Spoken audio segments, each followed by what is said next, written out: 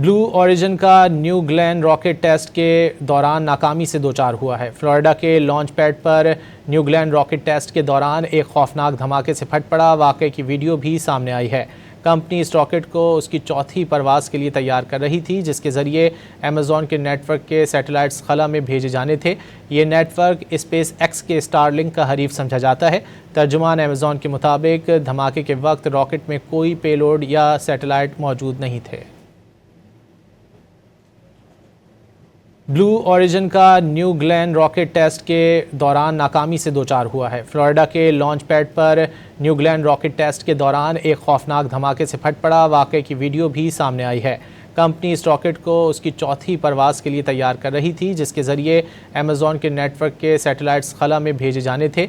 ये network space x के Starlink का हरीफ समझा जाता है। तर्जुमान अमेज़ॉन के मुताबिक धमाके के वक्त रॉकेट में कोई पेलोड या सैटेलाइट मौजूद नहीं थे।